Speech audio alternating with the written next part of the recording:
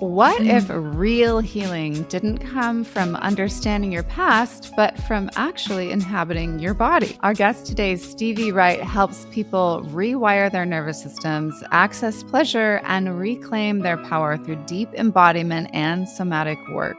I'm Dr. Willow Brown. I'm here with my co-host, Leah Piper. We are Sex Reimagined, and we are so deeply grateful for all your amazing likes, shares, and subscribes. So keep them coming. We truly appreciate your amazing energy. So let's tune in, turn on, and fall in love with Stevie. Welcome to the Sex Reimagined podcast, where sex is shame-free and pleasure-forward. Let's get into the show.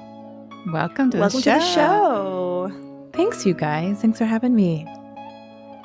Tell us a little bit about your journey and how you got started. For all of our listeners out there, I found Stevie because she's a breathwork coach. And I was like, I want an expert on the show talking about breathwork and the transformation that it provides. I personally feel like all the medicine we need is inside of our bodies, and breath is the foundation of that.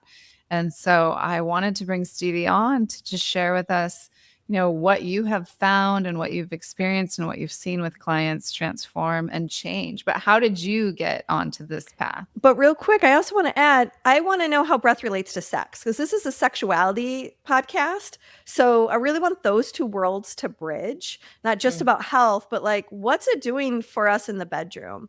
So yeah, Stevie, what's your Genesis story? Well, there's many paths I could, many entry points, but I think I'll start with, I got into this work. I got into this work actually with health and wellness. That was my entry point in. I became a health coach. I was really inspired by that world, and at the time, got my certification, started seeing clients, and pretty early on in my client journey, these women were coming to me and, telling me some really deep trauma, telling me some, some things that they'd experienced and some things that they'd been experiencing for a long time that I had no idea how to help them with. And so I'm in this container with them and I'm like, oh, like here, I don't know, here's a recipe. Like I just had no idea how to help them with what they were sharing. Like after we built some trust, they were really bringing me some tender things. I eventually was kind of like, I don't want to do health and wellness. I really they're feeling safe with me to bring some of these things. I want to help them with this stuff. I want to know how to support someone in these areas, in these deeper places, in these real tender places. That was about 7 years ago that I just started going on my own process of my own healing somatically, my own training of somatic embodiment, of working with the body and healing trauma and healing patterns and healing belief systems. And it's been such a beautiful experience into my own, how my inner workings are and how the body is really where it all lives. It's the body is the subconscious. Our memories are stored here. Our feelings are stored here. And so when you know how to work with the body, work with the emotions and clear charge, the transformation actually happens very fast. And it's very noticeable. And I can't even tell you how many times I've heard, like I've been to therapy, I've talked about it. I've gone to I've been to so many therapists and like, it's great, but I don't feel like I'm actually seeing shifts in my life. And now this is nothing against therapy. Therapy is wonderful. And I think it's needed. But I believe that therapy gives you a real cognitive understanding of your origin story, which we need. But then there comes the part where you actually are then needing to process the energy so that you could show up differently in your life and experience different things. So that's kind of has been my personal experience. It's how I hold clients now. And breathwork is one of the tools that I use in my work. But yeah, it's really all about working with getting someone into their body, learning how to build safety in the body, and learning how to build the resource and the capacity to bring up and feel the things that actually got trapped way back then, and process them and actually feel them through. Yeah, Will and I are often known as saying the issues are in the tissues. Yeah. And it's wonderful to grok That I love that word, grok, to really understand how things are the way they are and why you're blocked the way you are and the stories that are behind them. But like you said, it only takes you so far. It's your body is kind of keeping the score. Your body is the one that is holding the memory. And if you can't access that, like, it's key to access that in order to have like a whole feeling of wholeness and healing and all of that. So it sounds like you're really focused on trauma. I'm trauma informed. I'm not specifically working with severe PTSD or anything like that. I'm trauma informed. I really mostly focus on belief system and how a lot of times people come to me and they're like, I'm in the same relationship but different person. I'm in the same friendship, Pattern. different person. Yeah, I'm in the same pattern in my life that I just can't seem to break. What is it that I'm not seeing? Mm-hmm. And so I'm really working with belief system and how there is stagnant and congregated trapped energy stuck at that belief system. Gotcha. So, yeah. Which is such a huge issue inside of people's intimacy sector of their life. It's like what has people, staying in relationships far too long, stuck in, reattracting the same patterns over and over with different people. And a lot of it does get stored down in the first and second chakras. So it's like, and I feel like with doing, deeper breathing and really starting to oxygenate these places in your bodies that don't otherwise get a lot of oxygenation or energy to them, the issues just stay stuck down there, and you could talk the story out to death, but until you actually move it from the soma, from the cellular tissue, it doesn't shift. So I'm curious what you've seen like open up for your clients. Now, do you have some clients who are coming in and they do share with you sexual trauma, that kind of thing over time? Yeah. And what kind of openings and shifts have you seen with them? Well, I would say, even to go back to your original, the connection point, your question, Leah, I find that specifically with the breath and with the body and with the sexual energy, a lot of my clients experience a ton of numb. Yeah. They experience a ton of dissociation. And so they're not feeling much. And so sex has become a thing they do, but not really a pleasurable and really engaging experience. That they can have for themselves. They don't know that actually that it can be that way. So when we work with the breath and work with, like you were saying, first chakra, it's actually very boring at first. It's not a big like pop climatic, right? No, it is not entering the world of catharsis quite yet. No. So it's actually, and I give that context. Like it's pretty likely you're not going to have a big pop right away. We've got a mountain of numb to clear. We've got a mountain of dissociation to clear, and I say it can be pretty agonizing to feel nothing. Yeah. And to give that context so that they know, like, even though you're feeling nothing, I promise you, you're draining the swamp.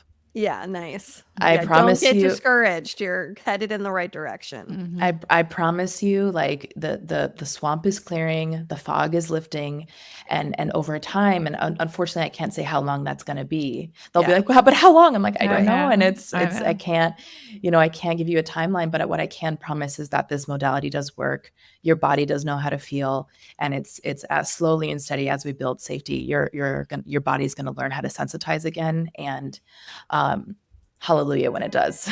I think what might help also just give our audience a visual, it's interesting when you watch puppies and babies breathe, because they do full diaphragmatic breathing. Their bellies puff up and then they come in, they puff up. So they're actually breathing with the lower sector of their lungs, not just the higher parts of the lungs. Yeah. And as we age and we get stressed out, our breathing becomes much more shallow. Yeah. As we're trying to manage stress and we're holding our breath and we're gripping tight and we're just trying to like power through life, our breath is so shallow as adults. So when we can drop in and get those fuller breaths and really expand the lower lungs. The purification process is quite profound. The ability to control our cortisol starts to drop because we're controlling our adrenaline from getting all hyped up. Our adrenals have a chance to settle when we're kind of doing that full breath and we're really getting oxygen to our lower lungs. I think that's part of an important impact, and it can kind of give people a visual of the type of breathing they need to start settling into so that they can have more breath control instead of just having it become either very rapid or very shallow. Yeah, and also there's a just a one of my teachers, I love how she says it. She says, her name is Stacey Matulis. She says there's a gold mine underneath the fog. There's a gold mine. And so when you actually get the fog to lift, what you find is feeling, and then essence, life force, connection to self. And so that's how I kind of get them to, I'm like, no, but just trust, there's something yummy in there. There's something good in there. We're going towards something. And there's, when you actually are able to connect with life force and essence and you're sensitized, then your sexual experience becomes a completely different thing. So true. Yeah. I feel like every time I do breath work, I get super turned on. Like I start having all kinds of tingling and energy down in my yoni, and I get tetany all over my body, particularly like my mouth and my face and my fingers, and all the way down into my toes. And as somebody who doesn't have like amazing circulation, it's so cool to feel how those deeper, more powerful breath, long, periods of them can absolutely bring so much more sensation to places in your body that don't otherwise get a lot of circulation to them. Yeah. No, but I also find that some people get tetany and it's very painful. It's uncomfortable. It's a trauma release symptom. It's like their body's kind of coming out of freeze. It's like in this wrestling stage between freeze and freedom. Exactly. And so I'm curious what you have to say about hyperventilation, because oftentimes tetany comes from, I believe it's too much exhale and not enough inhale, or is it the opposite? Not enough inhale and too much exhale? Probably more inhale than exhale, but I would say more inhale than exhale. And so one of the things you're going to do is you're going to want to slow them down, have them open their eyes, look around the room, name things they see, name colors, look at that nice plant, or look at get them into the present moment. Cute dog. Yeah. You just want to slow them down so that they actually can still be processing the energy. What do you say to because there's lots of breathing techniques that actually encourage hyperventilation to get some sort of cathartic release. I've heard of it in Kundalini yoga and in other breath classes where people are doing this hyperventilation breathing, I think, to create a state change or try to have some sort of transcendent experience. What is your thoughts on that? Well, I mean, there's different modalities for different intentions. So if you like a lot of those breathings are taking you into those higher chakras, into a higher state of being, which has its purpose and is beautiful. And also sometimes those, there's also like what we're talking about, these lower chakras that are much slower. And if we're only getting this is an issue in the new age world. Like if we're only getting to the higher chakras and getting into higher vibrations, but actually we have a fuck pile of trauma and stagnant energy in the root, then that's why you're going to notice things like, but I'm in a high vibration. I'm in a heightened state, but why am I still miserable? In scarcity, in fear. Why am I constantly anxious if I'm in that high vibe state? Because we're actually not working with these lower energies, and vice versa. Like if you're really in these lower places and you're in your feelings, you're in your emotions, but then you're not connecting with God, you're not actually letting it rise up and fuel you, then it can get a little dense. It can get a little I like to call it like soupy. Yeah. You can get a little soupy and get a little over watery. Yeah. And so we need both. Yeah. Well, I was just going to say, I've watched some of your, your breathwork classes and courses, Stevie, and I like how you blend the two, and anytime I go to a breathwork event or workshop or or something, it's that blending of the two, like the long, slow, deep, the holds, and the stronger, more powerful, where you're bringing a ton of oxygen into the body, like mixed all together, with some really amazing music. It can be, you can really have that experience of your breath being your own medicine. Yeah. It's really cool. Absolutely. Absolutely. And I'm a playlist girly. It's one of my gifts this lifetime. So that's very important to me. You should do a free download on your website of a great playlist. That's a good idea. Like that is a really good idea. Email and they get a cool playlist from you. Totally. That's such a good idea. Magnet. I would definitely get it. Okay. Good to know. Good to know. Because I freaking am so good at a playlist. That's a great idea. Maybe I'll do that. I need a new Tantra playlist for my massages, by the way. So you got it. Hook me up. Sure. That would be great. Get right on it. Yeah, I need Spotify, by the way. Okay. My preferred app for that. Yeah, totally. And, Tantra teaches so many different breath modalities and ways of moving the breath and energy through your body. A lot of that, can entail working the pelvic floor simultaneously, bringing energy up into the pineal gland, all of that kind of work. But I like how breath work, it can incorporate that, but generally it doesn't. Generally, it's more just like these long, slow, and then faster breaths, like a variation of them all, through what I have experienced. And then also through what I teach and know and have practiced a lot more around the tantric breath work. I feel like there's just such a beautiful synergy to both. It's like one can get you, like anytime I sit down for a meditation and I'm like, ooh, there's a busy mind here. There's no way I'm going to sit in any kind of silence or stillness. Like I have to either do the more powerful breath work to clear my mind or chant. I have to do something to get into like longer, slower, deeper breaths, making some sound in order to empty the mind and empty the heart there's because in Chinese medicine, the mind and the heart are paired together. So we call it the Shen. And so to calm the Shen enough, because there's so many things going on in life all the time.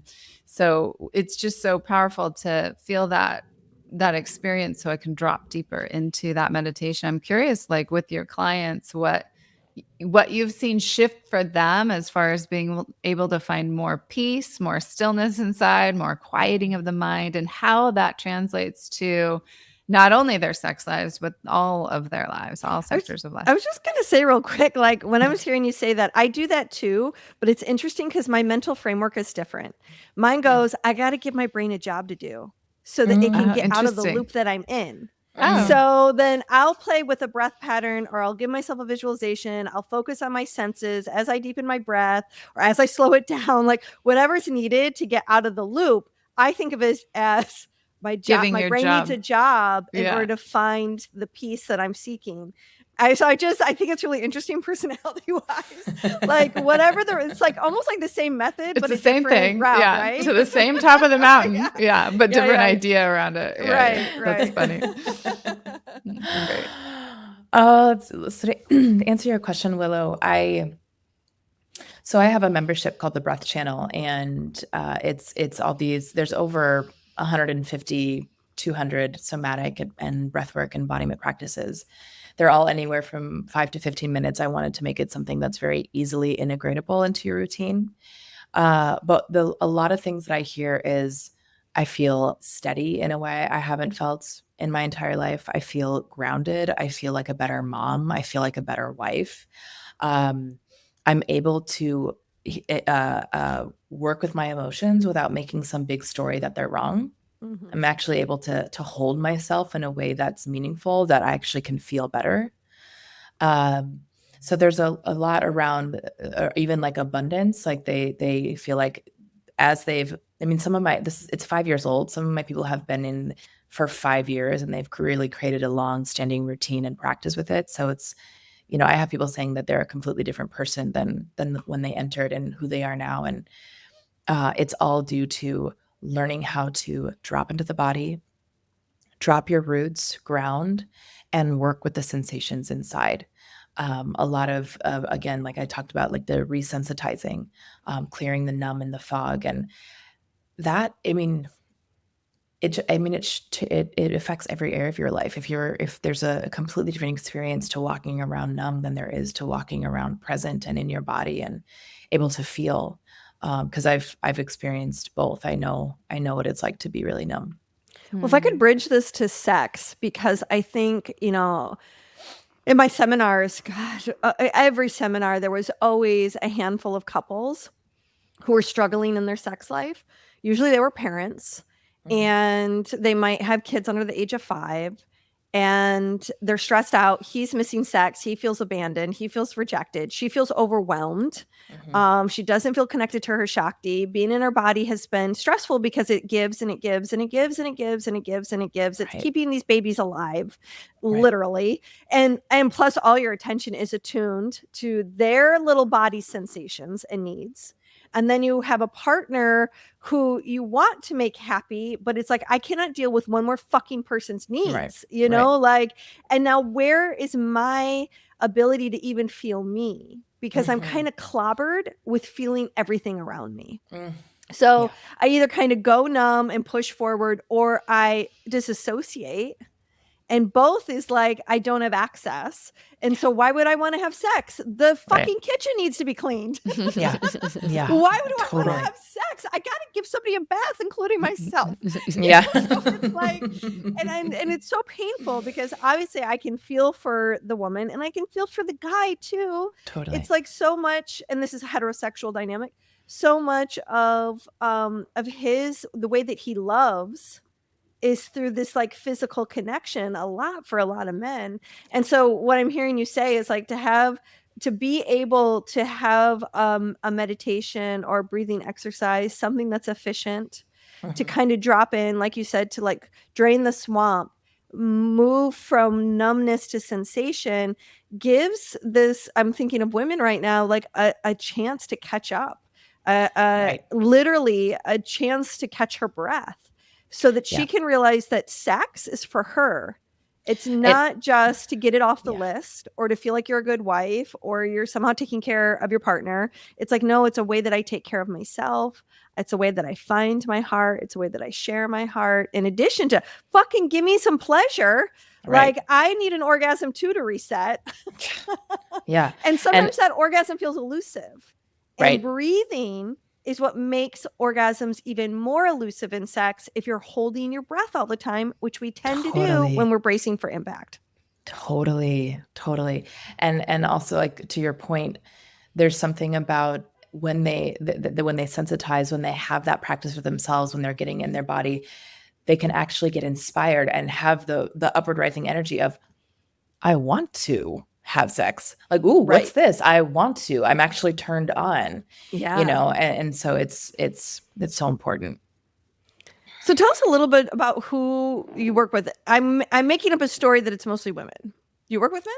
I do. I mostly work with women, but I do work with men and I work with couples. Okay, that was going to be my follow-up question is, tell us about your work with couples.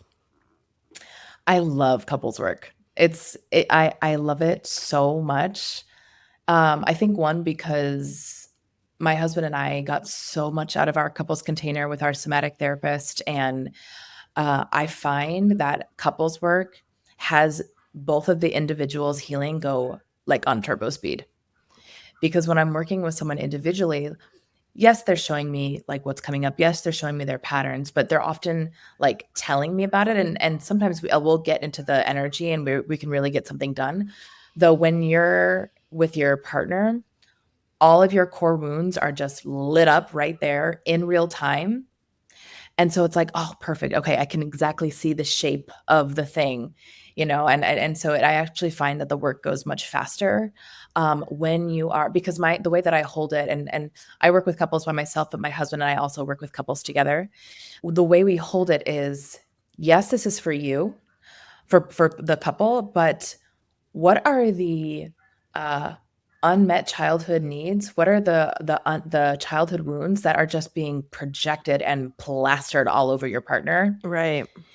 And how the relationship actually becomes like I call my husband Patrick my secret weapon, because the way that his witness on me, that my witness on him, on each other's stuff, and how we hold each other and bring empathy and understanding, there's nothing I've done that's more healing for myself individually than my partnership with him.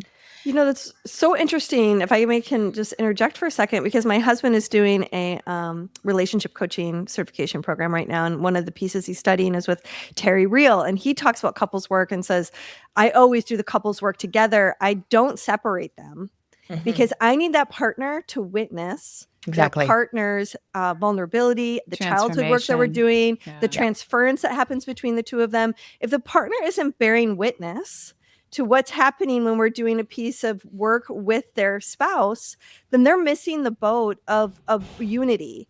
It's not so much as we're so individualistic during this time in our human experience that we're missing out on the actual partnership dynamic, and that it's so much more about us than it is about either one.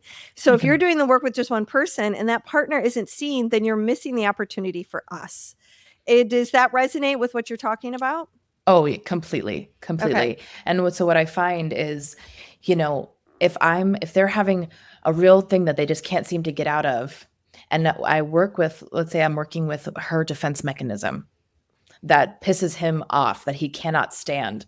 If I can get her into that tender place and actually get to the unmet need of what's motivating the defense mechanism, motivating the closure, and then he can witness and go, oh, that's what this is holding. Like, that's what's buried underneath this chaos. That's what that is. Yeah. That's what that is. Oh, and so then he can understand what's happening when she's in that place, and he can actually support her, and she can receive his masculine leadership to help guide her out of it, instead of just meeting the defense mechanism and there you are.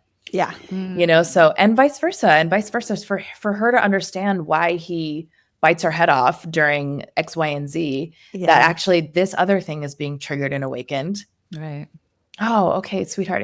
Are we in that place right now? Like, let me support you. Is it about this? Like, it's a game changer. It's a completely so save relationships. So often what we experience in relationships where we're just having a pattern ping pong match is like underneath it all is like, this need that actually never ever got met in childhood or beyond. And that I feel like that is one of the most beautiful things about partnership. I really believe that there is a point at which you can't just keep doing the healing work on your own. You actually need that reflection. You need that mirror. You need to be able to go deep with one person that can be your guru in the most annoying ways sometimes, and the most beautiful ways in other times. Yeah, and actually, you said something like the unmet need that never got met. Like a lot of what I talk to my couples about and hold them in is, you both have unmet childhood needs that your partner is not responsible for, and actually, it is literally impossible for them to meet it. And they don't like it sometimes, but it's their job to meet that need, and it's actually like, nope. It's not. It's yours. Yeah. It's your reparenting of yourself to yourself. It's your responsibility to meet that unmet need.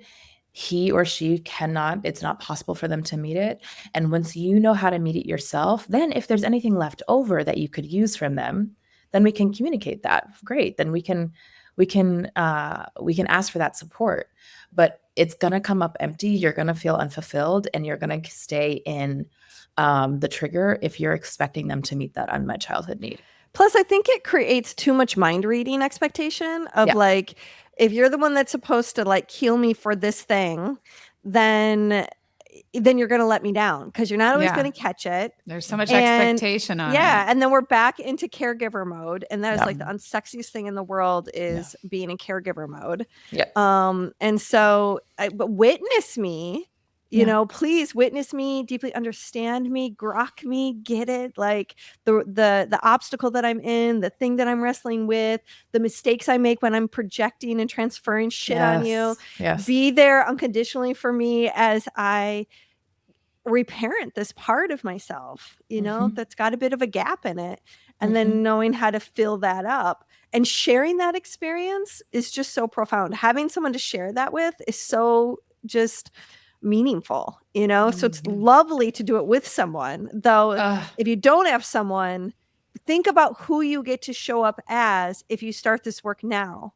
You don't need a partner to bring this all up in you. You can get a head start so that you're an even better person at partnership when that partner does come into your life. Yeah, and maybe for right now, like you're a space holder, you're the one who's holding you in your container is that person, and offers you their witness and their loving reflection, and like nothing you can do will make my love go away, and holding it in that context as they are calling in their partner.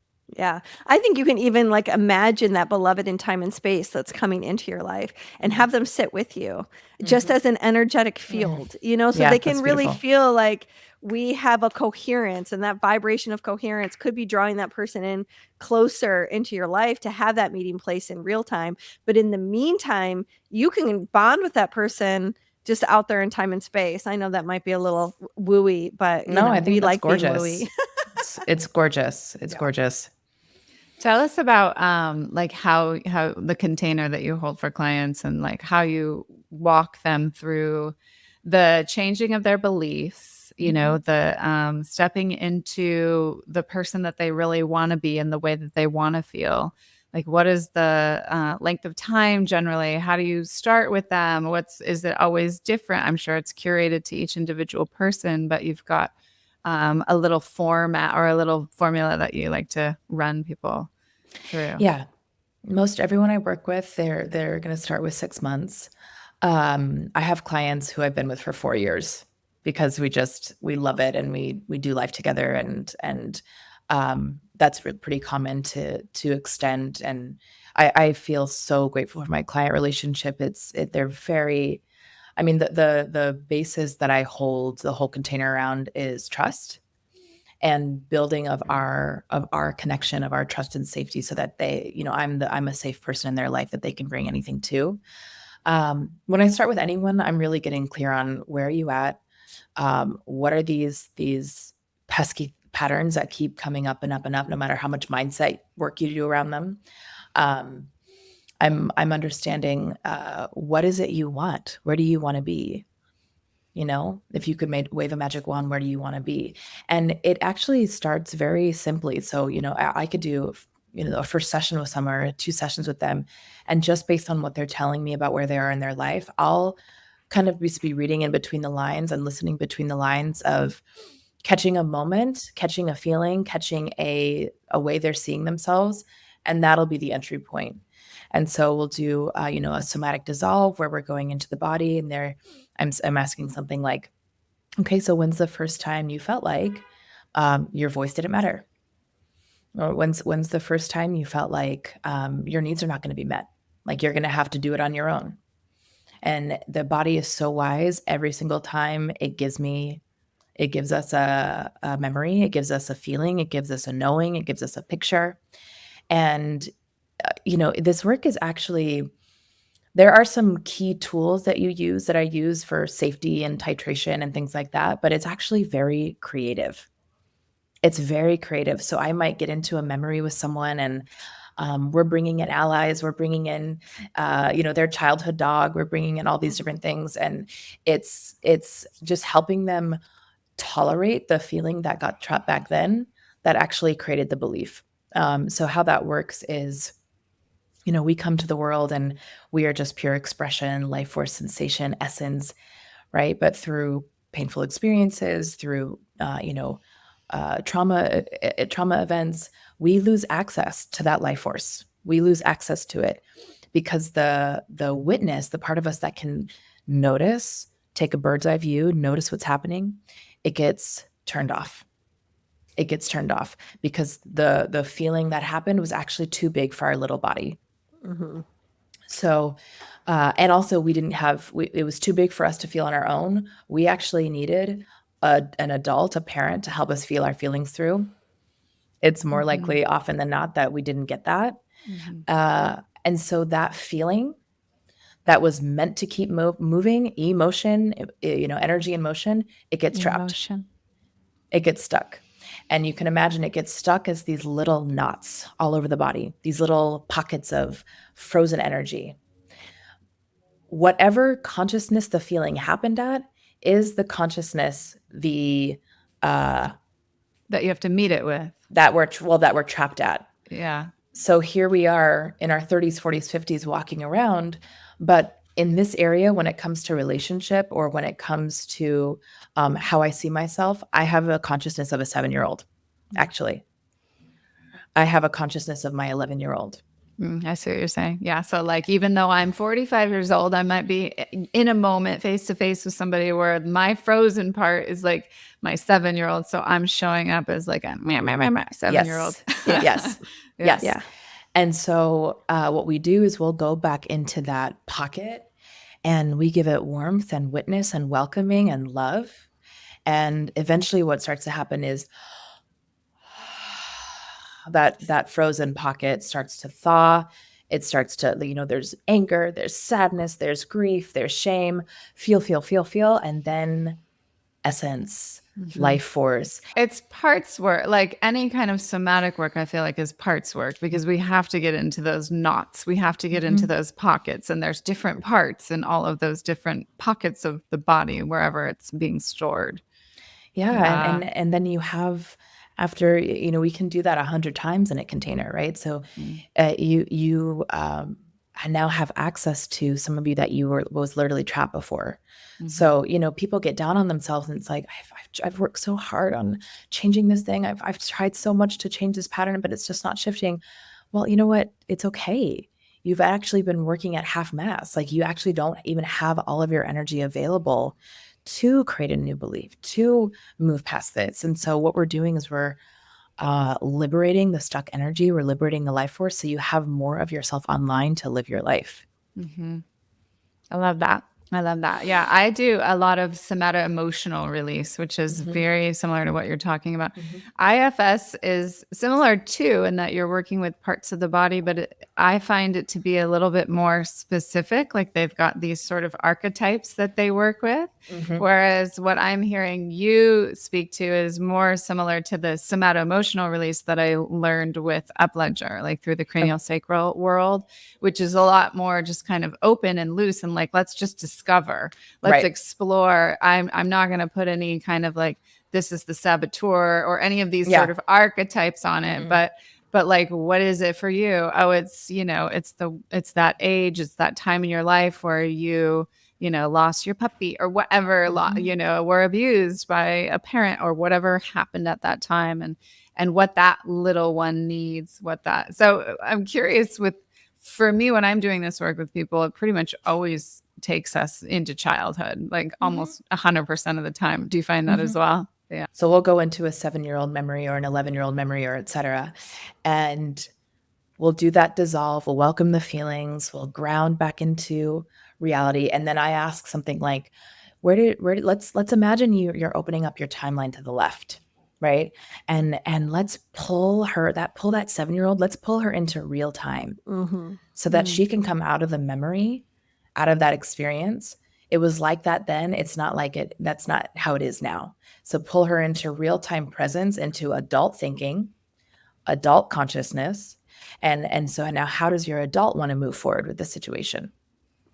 I like how you call it a dissolve. We got to do this dissolve like that. I'm going to use that. And then I like the whole, like, let's pull it into a different timeline. Yeah. So both of those, like going from, from childhood and moving it into the other timeline is really valuable, because it helps that one who got frozen in time actually grow and evolve and become the next age, right? Yes. It's like, it's so fascinating. I feel like, this somato-emotional release, IFS, all these different, what you're doing, it's like sort of, it's not new on the healing scene. It's been around for a long time, but I feel like it's getting a kind of like, when I started teaching yoga, I was 19. And then, people were like, what's yoga? And now everyone knows yoga. I feel like there's a huge rise in the healing world right now. And it's so incredibly important in sexual healing because, again, down there in that first and second chakras, where so much of these freezes leading to numbness, leading to pain, leading to discomfort, not wanting to have sex, get stored. And in the pelvic floor work that I do, when I do somatic emotional release work inside of a pelvic floor, be them male or female, it is always just like such an enormous transformation, such a huge game changer in just such a short amount of time. It's so powerful to witness the difference that can happen in someone's belief system about themselves, about pleasure, about, even just the shame and the guilt that people have that they carry in their bodies around being in pleasure, all the time. There's something wrong with that. We've been taught, and we've been passed that on from generation to generation. So, the work that you're doing, Stevie, is really epigenetic healing, right? You're breaking down and breaking chains of generations and probably lifetimes of I need to be in suffering in order to have value, or I need to carry this pain in my body in order to feel, my body. Or what if we all go ahead? Well, I was just going to say, or I need to hold on to this belief system to stay connected with my family. Yeah, totally. Like I need to hold on or to my this. partner. Yes. Like I need to hold on to this if I'm going to stay in connection with those I love. And so there's also a reclaiming of the inner authority of what do I actually believe? Oh, this is something interesting that just came through that feels important to share. Like I work with a woman who is from India, and what we talked about over the years is she's like, there's parts of my culture that I actually don't agree with, but it would feel like such a betrayal to her family, to her culture, to not agree with these dogmas, these dogmatic, principles. Yeah. And so, as a white woman, I'm really honoring like what's her truth for her culture and how can I help her find her truth. But it's such an interesting conversation because it's like, what am I actually choosing from my empowered choice, from my own authority, even if it's the culture and the way things are for this country, for this, for this religion, like what do I choose to believe? Like, is this actually what I want to choose to believe in my life, or is there something else here? Yeah, it's like the difference between like, our conditioned response, our culture, our neighborhood, our parents, our religion, all that stuff has so much meaning behind it. And when you start to create more agency for yourself, you decide, is that even true for me? That, and then what's the consequence if I decide it's not? Yeah, right. Totally. Exactly. What's the consequence? Yeah. Because there will be one. Yeah. Right. Exactly. And how do I live with that? How do I deal with that? Yes. I feel like I definitely directly experienced that, breaking away from my childhood, conditioning and parents and trauma and all that stuff. You have to kind of reinvent yourself. It's really liberating. And then hope that your family still accepts you and loves you. Yeah. And there definitely are certain cultures and certain religious backgrounds where there's going to be so much more of those frozen pockets to dissolve. So that just comes with what we choose, or, as a soul, what we choose to step into in this life. I don't know if you guys ever feel, I don't know if you guys ever feel like this, but sometimes like I'll be doing this, I'll be in a session with someone and it's like, it's real witchy and magical. And I'm like, I work at Hogwarts. Like my job is Hogwarts. I feel that way all the time. And sometimes you have to give your clients tools to deal with the muggles that are in their life. Start to realize, oh, okay, I'm now in Hogwarts as well. And once you cross over, you can't go back. Once you feel the magic, you can't unsee. No. What's the difference, in someone who is practicing breath work consistently versus someone who's doing it sporadically? I would say just an overall sort of feeling of being in their body, grounded versus ungrounded, A big one I would say is those who have a really consistent practice, they have enough resource and capacity to handle stress in a different way. Yeah. Yeah. So it's not that stress isn't going to come. It's not that, life is Right. life. Right. Though they have a different capacity. We're not always going to be in rest and digest. It's actually not the human experience, right? So, but they have a different capacity to manage and actually still feel safe and somewhat grounded and able to meet their life from a steady place. Whereas if it's kind of that sporadic place, it's you don't have as much capacity and you get lifted really easily.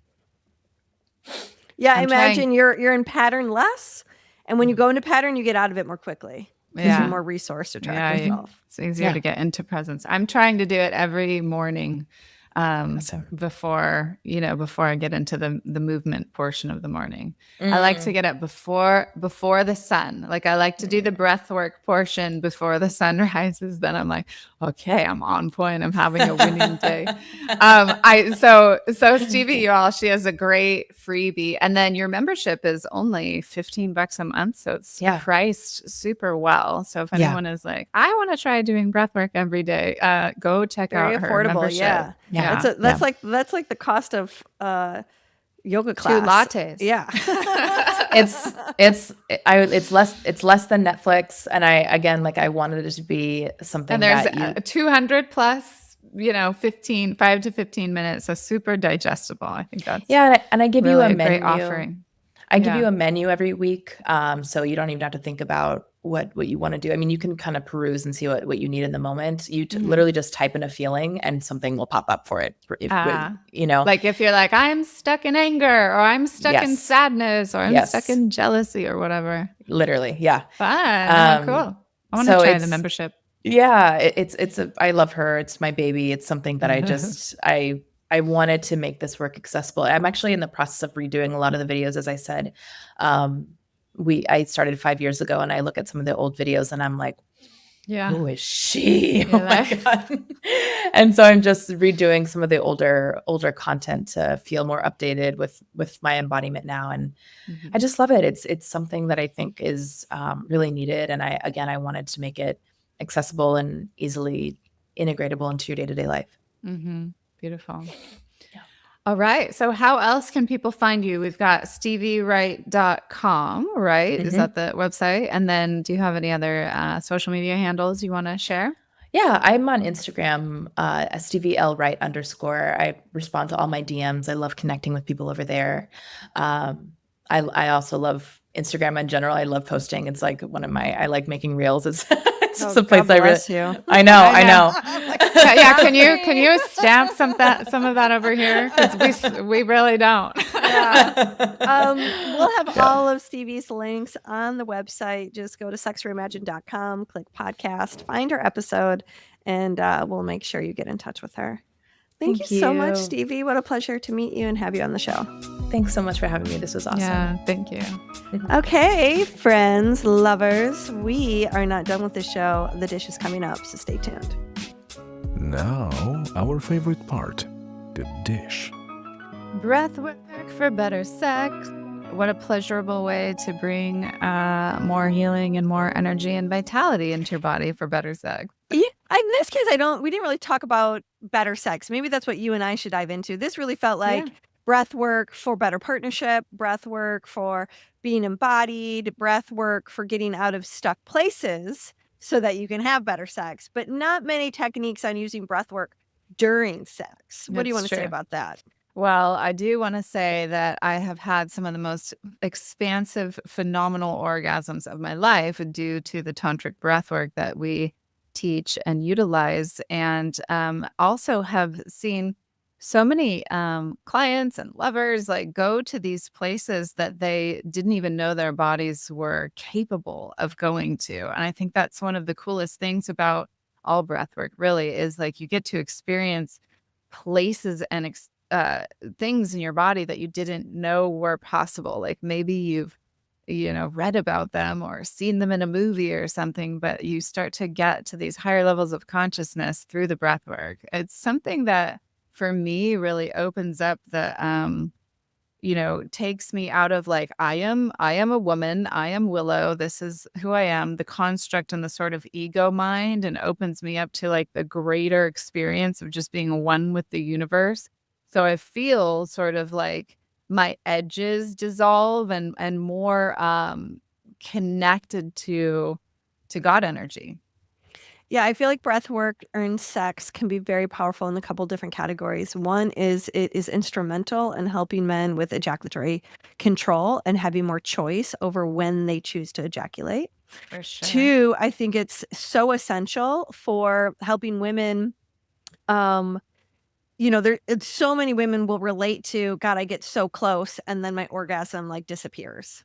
And it's so disappointing. It 'Cause feels they're like holding their breath. it's Yeah. that elusive clitoral orgasm. In fact, I have a free breath technique. If you go to moreloveworks.com/MLW-free gift, or you can just go to the homepage of More Love Works, you'll click on free gift.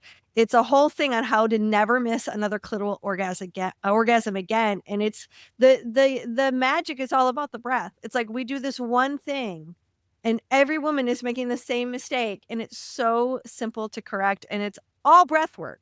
And it's not exhausting breathing like you No, just it's ran a fun. marathon. It's Yeah. simple and it Pleasurable. brings you Easy. into the erotic, and it sounds delicious and sexy. And there's so many like bio cues for your partner to know that they're on the right track. I mean, breath combined with sound creates this biofeedback between partners that lets them know, wow, we're both headed in the right direction. I'm loving all this sensation, and it deepens your sensation. It actually brings you more intensity to your Mhm. pleasure. It allows your system to feel the sensuality that is Mhm. possible when we aren't breathing, or we're breathing shallowly, or worse, we're holding our breath. It short circuits the sexual energy Right. from oscillating and moving through your system. And it is like, and everyone's doing it. I mean, you watch a man ejaculate and he contracts his whole He body, goes into his neck total gets tight, freeze. His his butt butt gets tightens. tight, his Yeah. arms get tight, and his face gets tight. Yeah. Yeah. As he stops breathing and then Yeah. tries to have an explosive orgasm, it's like you're leaving so much pleasure on the table It's so when you're not fascinating. breathing and sounding. It's so fascinating because I feel like that like tightening and contractive kind of orgasm that so many bodies have become like addicted to. Like the physical body doesn't know how to have an orgasm without all that contraction and tightness, based on the innate shame around it. Like keep it Well, quiet, tighten it right? down, all of that. And it can be such such a oh god, it can be so hard to like relax the booty and like to Right. open the throat and to make some sound when you've never done it before. It can be just like this, it can feel so awkward and And weird. I mean, exposing, yeah, like, or exposing, yeah. embarrassing. I think, I've yeah, I think there's something to that. It's like that suppression. You like grip to sort of Mhm. like suppress a more natural expression. But I also think Yeah. another theory is sometimes like that contraction happens, that tightness, because it's getting ready to launch. It's like it Yeah. cools I down in the mean, system and you kind of contract so that because it's about to explode. yeah, and really orgasm is like a dance between contraction and expansion, Yeah. right? It is this point in which yin and yang meet, which is why we call it the la petite mort, the tiny death, this moment where yin and yang are in full emergence, yin being contraction and yang being expansion, and when you're in full emergence like that, I mean, at the moment of orgasm, we don't have any sense of being male or female, or I'm this person or I'm that person. We don't have a sense of our ego at that moment. And we also don't have that at the moment that we die. And so that's why, the Tao always likens these orgasmic moments to the moment of being in full union, in full oneness. And I think that's a really beautiful experience that I like to prolong. That's why prolonging those orgasms, because in that spaciousness, there's so much more possibility, Yeah. which is one of the fun things to play with in sex magic. But one thing I want to say about, all the different Taoist breath practices and tantric, they're so synonymous. They're so one and the same. It's like, I love bringing arousal, chi, or orgasmic energy to different places in my body. You're right. Like, so that it's not all pooled right between the legs. You know, I That's like to bring right. it up to the back of the heart. I like to bring it up to the pineal gland and the Make it brain. full body, baby. I like to send it out to my fingertips. You know, it's like, can I feel what I'm feeling in my yoni and my pinky finger? You know, it's Yeah. just fun to like Yeah. explore and play. And you got to have breath on board in order to Yeah. move. Like, it's almost like breath is the vehicle for moving energy. 1,000%, 1,000%. It's like, that's why when we stop breathing or we're breathing shallowly, it short circuits the energy, and we Yeah. can't have those big experiences. Where when we tune into relaxing the body, and you have to be able to relax in order to reach pleasure. Like, in order for a woman to turn off her brain enough to enjoy sex, there has to be some sort of relaxation factor. Otherwise, it's just going to be tense. It's just going to be in her head. So, Yeah. like, breathing and relaxation go hand in hand. I mean, that's Mhm. how you get there. So if Mhm. you can just slow down your breathing and realizing that when you slow down your breathing, you're actually engaging breath control. And that's what expands the length of the pleasure. As the arousal gets more intense, your excitement gets more like, now you're kind of trying to control your breath actually gets harder because your arousal starts to, the flames are licking up higher It and higher. starts to take over. Yeah, so it's like, it's awesome when you've got control over your breath, then those flames feel like undulations licking up your body because you're even in these peak levels of arousal, you're using that power to like stretch out that breath like it were taffy on the inhale and the exhale, and then you can kind of feel the undulation in a much more powerful way. And it's amazing when someone has an orgasm for the first time and their body is relaxed. Like, instead of squeezing your ass when you have an orgasm, you relax your ass, you relax your legs, you don't let your neck and your jaw get tight. It's a whole different animal. It's a totally different yeah, orgasm. that's exactly what having that experience that you've never had before. And it builds this level of confidence inside of you Yeah. that's like, wow, I can do that. Like, I didn't Yeah. know I could do that. I've never had that experience before. It's so liberating and so fun to help people walk into that. Yeah. You know, I mean, it's just like giving someone ice cream for the first time. Like, look, you can have all Well, this flavor. I think so too. Like, when you just concentrate on your own body building that skill, then your mirror neurons are helping to regulate someone For else's nervous sure. system when they're making love to you. Yeah. So by you sort of expanding into this, you're also, even non-verbally, showing somebody else's body how to do it too. Yeah. And I really give credit to that being a part of my journey. I remember my first tantric lover at fucking 19 years old, and Yeah. him breathing. It's like, it's so etched in my mind. The first time I met him, and he gave me this giant bear hug, and he literally inhaled me Breathed like he you was in. breathing my essence into his soul, and I felt my essence go right into him. And we had like this merge, and it was so, like, it's so crystallized in my mind, and it's such a reflection of how sex transformed for me Mhm. because of his ability to be in his body and to move his breath. I didn't know that there was anything intentional going on. It wasn't until we broke up and I read the Tantra book he owned that Right. I went, oh my God, there's a method to this madness. Mhm. So look, people, don't wait to study tantric sex because you're going to get so many great pieces of why breath makes you a masterful lover. It's so Mhm. simple and anyone can do it. And Mhm. it's so profound. It's not nearly as woo-woo as you can imagine. It's simple. It's very basic human nature, actually. Yeah. Yeah. Yeah. Well, this All was right. fun. Yeah. Okay. Much love, y'all. Toodaloo. Ciao. Thanks for tuning in. This episode was hosted by Tantric Sex Master Coach and Positive Psychology Facilitator Leah Piper, as well as by Chinese and Functional Medicine Doctor and Taoist Sexology Teacher Dr. Willow Brown. Don't forget, your comments, likes, subscribes, and suggestions matter. Let's realize this new world together.